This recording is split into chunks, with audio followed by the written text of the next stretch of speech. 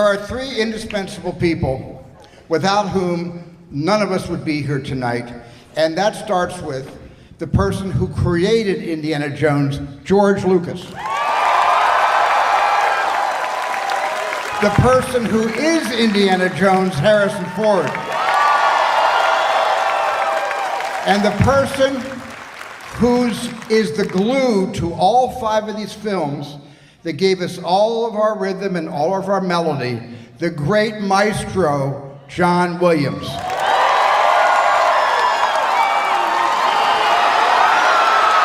Watch this, Lise. You can actually pinpoint the second when his heart rips in half. And now. All right, what is up, you bastards? Hopefully you guys are doing good. I don't know why he called you bastards. That was fucking weird. Anyways, so basically we have a news that Kathleen Kennedy is finally leaving Lucasfilm. Jesus Christ. It's about fucking time. To be honest, come on, who's with me? We all fucking knew this was eventually going to happen, but it was not a question of whether if she would go, it was a matter of when will she finally leave? Like, cause let's be honest, it hasn't been great. The shows, the recent shows, The Acolyte, Obi-Wan, Star Wars Visions, animated shows, you know, all that, even the last movie that came out. God, what was the last movie that came out of Lucasfilm? Indiana Jones? Oh, and how did that movie go?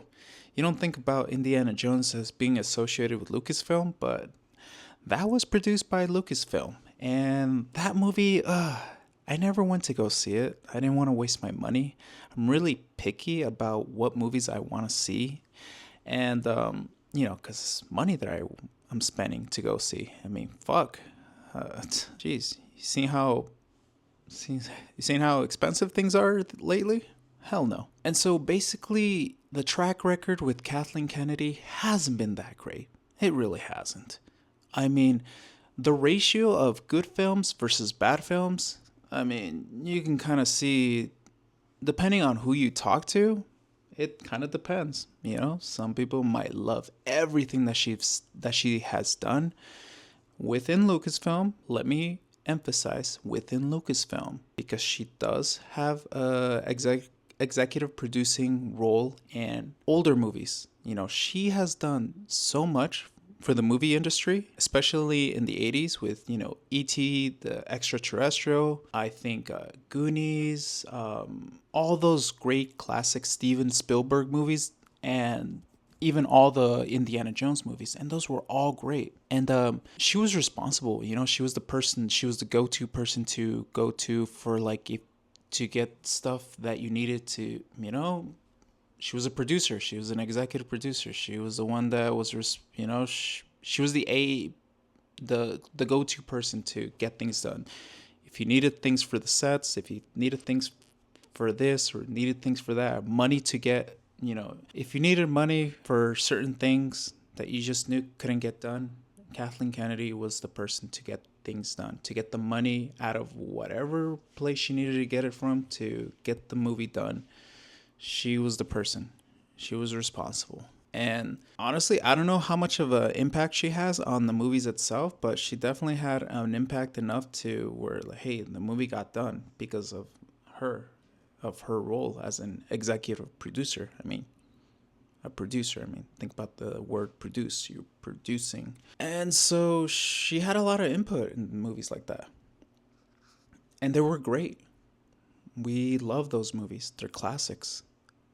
But when George Lucas gave her the role of being the director of Lucasfilm, the boss of overseeing all those movies and creative, I think, and all that, you know, before 2013 or when Lucasfilm was acquired by Disney in 2012, I believe. Yeah, 2012. Jesus Christ, that's a long time ago. 13 years, yeah.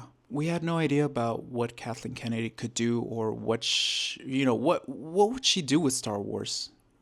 You know, we just kind of looked at George Lucas, that, you know, it was his recommendation to have her as the overseer of all Lucasfilm projects. And at the time, we were just in excitement of, wow, we're going to get a new Star Wars movie. The last Star Wars movie that we had was Revenge of the Sith back in 2005. I still remember going to go see that movie with my two brothers and my dad. Amazing. And it's getting re-released this April. So definitely going to go see that movie. Fun fact, Star Wars Episode 3 Revenge of the Sith was the first time I went to go see a Star Wars movie in theaters.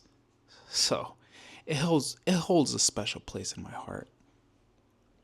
That being said, we as fans were all in excitement to finally get a Star Wars movie. That was the biggest thing. I mean, in 2012, 13, to finally get an announcement that they were going to be working on Episode 7, a continuation of after Episode 6, you were speculating, you had rumors, all these theories of what could Episode 7 even be about. Would they follow the story of Luke Skywalker? You know, what would that world be like? What would be the man with today's technology, with like modern technology? It would be amazing to see how, because you always, as a kid from the early 2000s, you were a fan of the old original trilogy, the prequels, but you always looked at the original trilogy and you kind of grew up like, man, those were amazing movies. But imagine if you had modern day technology make those original movies. Like, what would it be? What would it look like? You always wonder what the, space fights, the spaceship battles and all that with today's technology. Oh my God, what would that even be like? And you just speculated like, wow, we're probably going to get a continuation of that. And we're finally going to get to see modern day sort of take on Star Wars in today's technology with much more better effects. And I don't know what you just had so many thoughts and theories of what was, how, me talking about this, it's just like, that's how your mentality was, you were just kind of like, oh my God. But, then I'm not going to go through everything, but like the sequel trilogy came out and it wasn't received well. Episode 7 had its moments. It was the first movie, so you set up the story and you had Luke Skywalker finally at the very end sort of like revealed to you as this old hermit living on this, island in the middle of the ocean, just kind of just like, what the fuck? Why is he there? What's happening? Why is he exiled or alone? And it's like, Jesus Christ, where's this going to go? So you still felt like Episode 7 was a good movie, even though it kind of rehashed sort of the beats of the original trilogy with, trying to blow up the Death Star, having its bigger Death Star, blah, blah, blah, blah, blah. And you still accepted Rey, and the other characters, even though you're kind of like, all right, well, doesn't seem like she earned it. Doesn't seem like she kind of like, it seemed like she just got everything way too quickly. And yeah, she beat Kylo Ren too easily, and people like to argue, well, he was badly injured from the blast fire from Chewbacca when Kylo Ren killed Han Solo, blah, blah, blah, whatever. I still don't, I still feel like it was way too easy for her to beat Kylo Ren, especially at her level when that was her first time ever holding a lightsaber. Like, in retrospect, it's kind of like, come on. She should have been dead. But whatever. Last Jedi, Rise of Skywalker, complete and utter disappointments. The story just kind of basically went in a different direction. And you hear stories about what the movies could have been, especially for Episode 9. Had they continued this sort of... if they had continued what J.J. Abrams had started in Episode 7, and with Episode 8, Episode 9, it would have been, I feel like, such a better story. I forget the director's name, the one who directed Jurassic World, but you look back on those original plans and ideas of what episode 9 could have been. And I'm sure every Star Wars fan, especially if you're subscribed to Star Wars Theory, greatest Star Wars channel of all time, he goes over specific ideas of what the last movie, episode 9, was supposed to be. And my God, it would have been amazing. You go back to Coruscant, there's this, battle there that ends, you have, I feel like Finn is more of a Jedi. He's actually being trained and stuff like that. It would just been a better conclusion to that trilogy. And everything after that, the Han Solo movie, it was a good movie. It wasn't the best, but it was a good movie. I liked it. But because it didn't get the box office it needed, suddenly Lucasfilm was scared and they didn't want to make any more movies. And it's like, no, Han Solo was a really good movie. I liked it. And then you had movies like Rogue One. Amazing. It's loved by pretty much almost everyone in the Star Wars community. Rogue One, I mean, it's up there. Mando season 1 and 2, amazing. Clone Wars season 7, amazing. But then those are the only things that I can think of that is amazing. Fuck it. Season 1 of Star Wars Visions, that was pretty good. I like that. Then you have a lot of failures like the sequel trilogy, The Acolyte, Obi-Wan, Ahsoka. They just, and I feel like it hurts more. Boba Fett, the Boba Fett show, Mando season 3. So many projects failed and just weren't really favored by the Star Wars community. Even just regular fans, that most of them don't. They like Star Wars. They're not like super fans, but they also see that it's just not clicking as well. And it's more disappointing and it's kind of heartbreaking, especially like the show like Obi-Wan. That show should have been the most amazing thing that you have ever gotten since episode 3 of Revenge of the Sith. Obi-Wan was supposed to be that show. It was supposed to be the show that changed the course of Lucasfilm. It should have been the turning point in which all the fans that you lost because of Last Jedi, Rise of Skywalker, Obi-Wan should have been the show that brought everyone back. That you had now the complete trust and faith of the fans. That show should have been the thing that made Lucasfilm great again. But it didn't. It completely ruined the story. Sure, Darth Vader alone, his own scenes are amazing. The flashback between Anakin and Obi-Wan is great, but only by themselves. When you have everything together, the story, with the Inquisitors, it just gets lost. None of it feels earned. Everything feels forced, feels rushed. There's no care into the characters, the writing. It's just you have moments that look awesome and are great, but because of the nostalgia that you feel for these characters. Other than that, it feels wasted. It doesn't feel earned.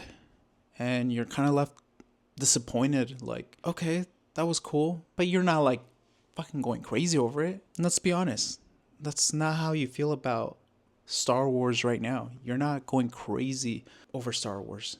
You're not excited for Star Wars. You're not, me personally, I'm not excited for Mando and Grogu. I feel like the whole Mando Grogu thing didn't feel earned. It felt like it was just thrown at us, forced at us. That should have been something that should have lasted longer. The whole reunion of Mando and Grogu, that should have not happened at season 3 of Mando. It would have been better if we got that in the movie. The reunion of Mando and Grogu should have been in the movie, not in season 3 of Mando. That felt forced and didn't feel earned. And that's just an example of so many moments like that. How cool would it have been that you get Din Djarin, his story as a Mandalorian, just concentrate season 3 on, which it was, on restoring Mandalore, but without having Grogu, and then just kind of having that lingering thought in fans and Star Wars fans' minds, like, oh my God, he misses Grogu. You get these shots of Luke training Grogu but they still haven't met. They still haven't reunited. He still longs for, to get his son back and be with him one day. And how cool that right now we would be speculating, oh, how cool if maybe Grogu and Mando meet up again, finally reunite in the movie. What would that be like? What would Grogu have learned? What sort of things is he now? What would his training, or does he have a lightsaber? Blah blah blah. Things like that. You would be speculating so much about how would Grogu be? What kind of Jedi is he, or is he a Padawan? All those sorts of things. But you don't have that. You're just kind of left with what's gonna be Mando and Grogu. Okay, they're gonna go up against Thrawn. They're going to bring all these different groups together. Is Luke Skywalker even going to be in it? How will that even get handled? Is it going to be cringy? Is it going to be kind of like, are they going to like, who's going to get more of attention? Is Luke Skywalker just going to get sidelined? Is it going to be the thing that just kind of gets used as a third act thing or sort of a ploy to get people to go to see the movie? And because, oh my God, Luke Skywalker is going to be in it. He's going to show up at the very end, and you just feel like your emotions are being played with because of how much you care and love for the characters. But the story is not really being taken care of. There's no care in how these characters are and how they're written, You just feel like your emotions are being used just to manipulate you. And there's no care for the stories in these projects. It's just because it's Star Wars. And that's what's sad. And let's be honest, most fans feel this way. Who care about story and character development. Good writing, You need that. It's what gets you invested, gets you lost. It's what takes you away from the reality of your own world and transports you to somewhere else beyond this reality that you live in. And with the possibility that Kathleen Kennedy is finally gone, there's hope. There's an opportunity that things may change. Now, there's no guarantee that things can change. There might be someone that replaces her who's just as worse or the same. You just don't know with these companies. You can't trust them. Now, it's cool that she's gone, but the trust is gone, and I feel like it has to get earned. And I feel like hopefully in the coming weeks, especially with Star Wars Celebration in Tokyo, that we might get some news about what could be coming in. Maybe some footage of Mando and Grogu. At least get a taste of what that movie is going to be like. Because of right now, what do we have? It's just Andor Season 2. And I like that show. I love that show. It has the best writing, the best visuals, the best cinematography. Everything is perfect. The storytelling, the character, everything just kind of went well there. Just that show, at least I have to be excited about. But other than that, it's like, Dave Filoni gonna take over Lucasfilm? You would hope so. You would think. The apprentice to George Lucas. How cool would it be if he took over the empire of Star Wars? You would hope that he'd be the next in line, but who knows? Jon Favreau? I doubt it. He seems more and just wants to make movies or. And then with everything going on with I don't know.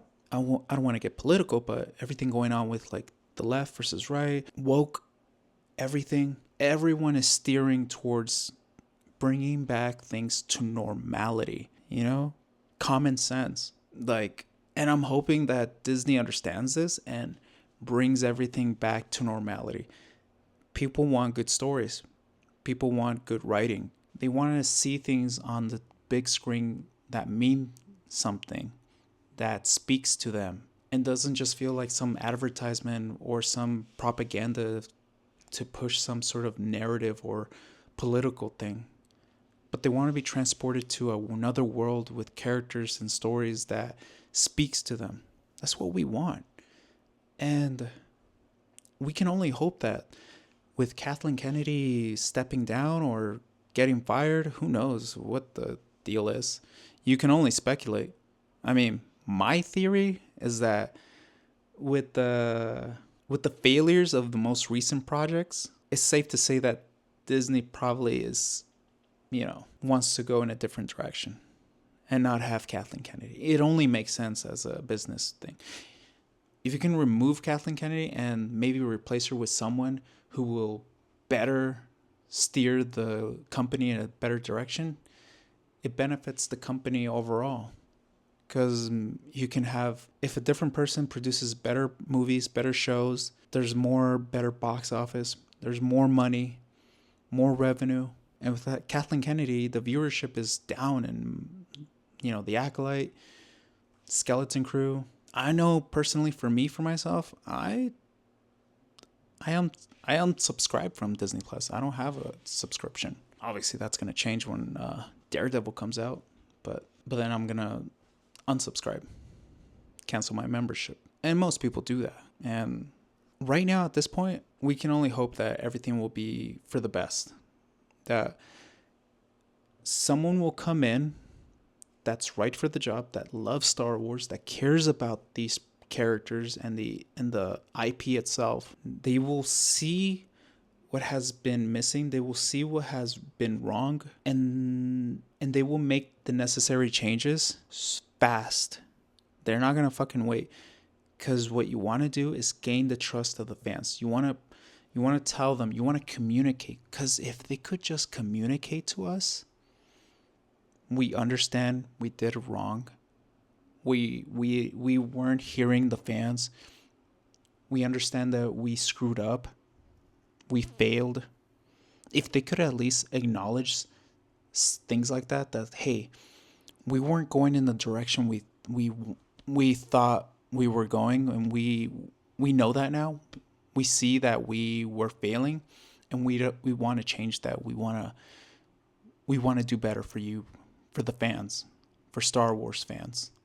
If they could at least tell us that, it would give us a sense like, wow, they acknowledge the failures and they're going to change that. If they could do that, that would be such a help for us, at least to give us some hope that, hey, they know that they fucked up and they're going to try to do better. And don't overpromise us on a bunch of titles and projects, like 5 movies that you're going to do in the next 10 years. Don't do that. Focus on what you're doing now, especially with Mando and Grogu. Give us the best movie that you can. Little by little, show us that you've changed. Show us that you care about the fans. Show us that you care about quality over quantity. And you'll get the fans back. Announce projects that fans want to see, like Stories of the Old Republic. Maybe a show that's concentrated more on Sith lore. Make a movie or an animation of like Palpatine's rise to power. His training as an apprentice to, his master, Darth Plagueis. Show us stories of Sith characters, because we all love villains. We love Sith characters. As Star Wars fans, we love our heroes, but we also love our villains. Let's be honest, we love our villains. Come on, we always think of Darth Vader, and that shit gets us excited. We go screaming like little girls. So make more stories of the Old Republic, Revan, all those characters. Concentrate on Sith stories. Build up more, because that would be such an amazing thing. I'm more of a villain guy. I love villains. I love Sith, so I would love shows that concentrate. Because you always like a good, complex, character that just like, who has this sort of hatred, but also there's reasons for it. You guys get what I mean. I feel like I've been talking way too fucking long, and so I'm gonna try to leave it at that. What do you guys think? Do you guys think that with now Kathleen Kennedy being gone, we'll get someone better or worse? Will the future of Lucasfilm, is it gonna be in a bright future, or is it going to fail so hard that it's just going to get sold off eventually to some other studio? Who knows? We'll see and find out. Guys, thank you for listening. I know it's been like, literally 30 minutes. Thank you for listening throughout this whole video. I really appreciate it. Have a great day, guys. Take care. Bye-bye.